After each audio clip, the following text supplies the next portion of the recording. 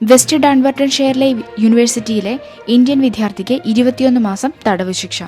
21കാരനായ അമോർ ടാഗോറിനാണ് ശിക്ഷ ലഭിച്ചത്.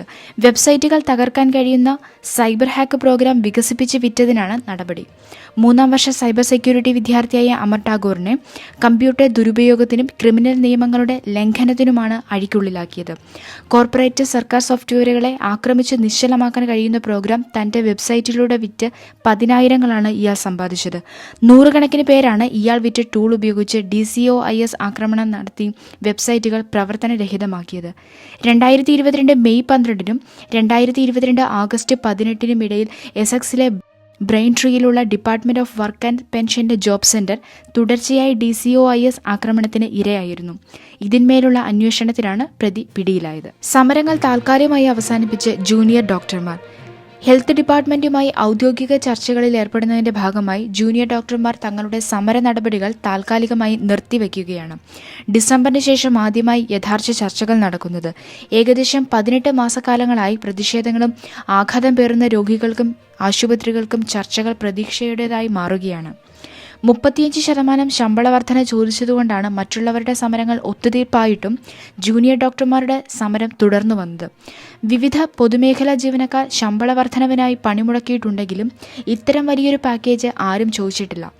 വമ്പൻ വർധനയ്ക്കായി പിടിവാശി പിടിച്ച ജൂനിയർ ഡോക്ടർമാരുടെ സമരങ്ങൾ പൊതു തെരഞ്ഞെടുപ്പിന് തൊട്ടുമുൻപ് പോലും NHSനെ വലിയ ദുരിതത്തിലാക്കി. ബ്രിട്ടീഷ് മെഡിക്കൽ അസോസിയേഷൻ മുൻ കൺസർവേറ്റീവ് ഗവൺമെന്റുമായി പിടിവാശി പിടിച്ചതോടെ മന്ത്രിമാരും ശക്തമായ നിലപാട് സ്വീകരിച്ചതിനാൽ ചർച്ചകൾ എങ്ങും എത്തിയിരുന്നില്ല. എന്നാൽ ലേബർ ഗവൺമെന്റ് അധികാരത്തിൽ വന്നതോടെ ട്രേഡ് യൂണിയനുകളെ ഒതുക്കാമെന്ന പ്രതീക്ഷയിലാണ്. മുൻഗാമികൾ തോറ്റെടുത്ത് തനിക്ക് ചർച്ചകളിലൂടെ കരാറിലെത്താൻ കഴിയുമെന്ന് പുതിയ ഹെൽത്ത് സെക്രട്ടറി വെസ്ട്രീമിംഗ് ആവർത്തിക്കുന്നു. 2ാമത്തെ ചർച്ചകൾക്ക് ശേഷമാണ് BMA ജൂനിയർ ഡോക്ടേഴ്സ് കമ്മിറ്റിയുമായി ഔദ്യോഗിക വിലപേശലിലേക്ക് കടക്കുന്നതെന്ന് സ്ട്രീറ്റിംഗ് പ്രഖ്യാപിച്ചു. കോവിഡിന് ബ്രിട്ടൻ വേണ്ടത്ര തയ്യാറായിരുന്നില്ലെന്ന് അന്വേഷണ റിപ്പോർട്ട്.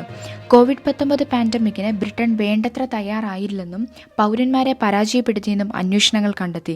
COVID-19 പാൻഡമിക്കിനായി UK സർക്കാർ വേണ്ടത്ര തയ്യാറായില്ല. ആസൂത്രണത്തിലെ ഗുരുതരമായ പിശകുകൾ അതിലെ പൗരന്മാരെ പരാജയപ്പെടുത്തി, ഒരു അന്വേഷണത്തിൽ വ്യാഴാഴ്ച കണ്ടെത്തി. പൊട്ടിപ്പുറപ്പെടാൻ ലോകത്തിലെ ഏറ്റവും നന്നായി തയ്യാറാക്കിയ രാജ്യങ്ങളിലൊന്നാണ് 2019 സർക്കാർ തെറ്റായി വിശ്വസിച്ചിരുന്നതെന്നും അത് തെറ്റായ പാൻഡമിക് ഇൻഫ്ലുവൻസയെ പ്രതീക്ഷിച്ചിരുന്നുവെന്നും നടന്നുകൊണ്ടിരിക്കുന്ന അന്വേഷണത്തിന് നേതൃത്വം വഹിച്ച വിരമിച്ച ജഡ്ജി ഹീതർ ഹാലറ്റ് പറഞ്ഞു. ഈ വിശ്വാസം അപകടകരമിതം തെറ്റിദ്ധരിക്കപ്പെട്ടു.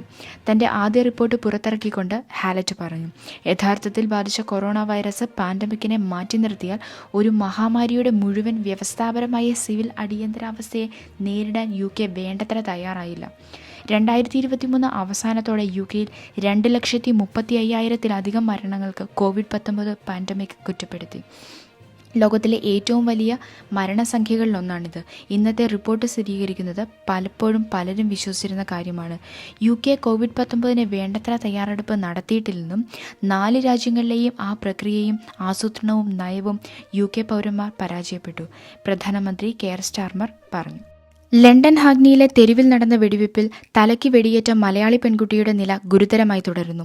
1.5 മാസം മുമ്പ് നടന്ന വെടിവെപ്പിൽ പരിക്കേറ്റ കുട്ടി സാധാരണ ജീവിതത്തിലേക്ക് തിരിച്ച് വന്നേക്കില്ലെന്നും ആശങ്ക.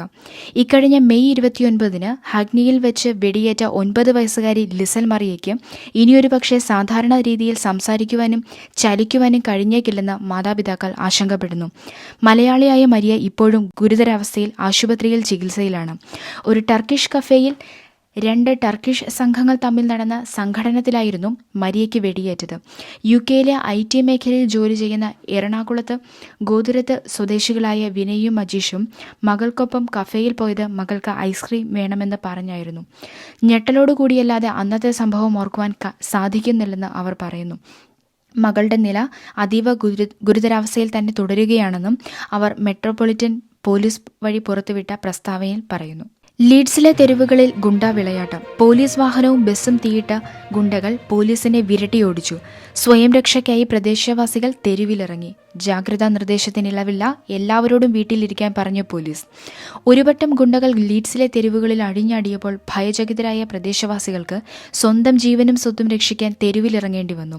പോലീസിനെ ആക്രമിച്ചോടിച്ചതിന് ശേഷമാണ് ഗുണ്ടകൾ തെരുവിൽ ആക്രമണവുമായി മുന്നേറ്റിറങ്ങിയത്.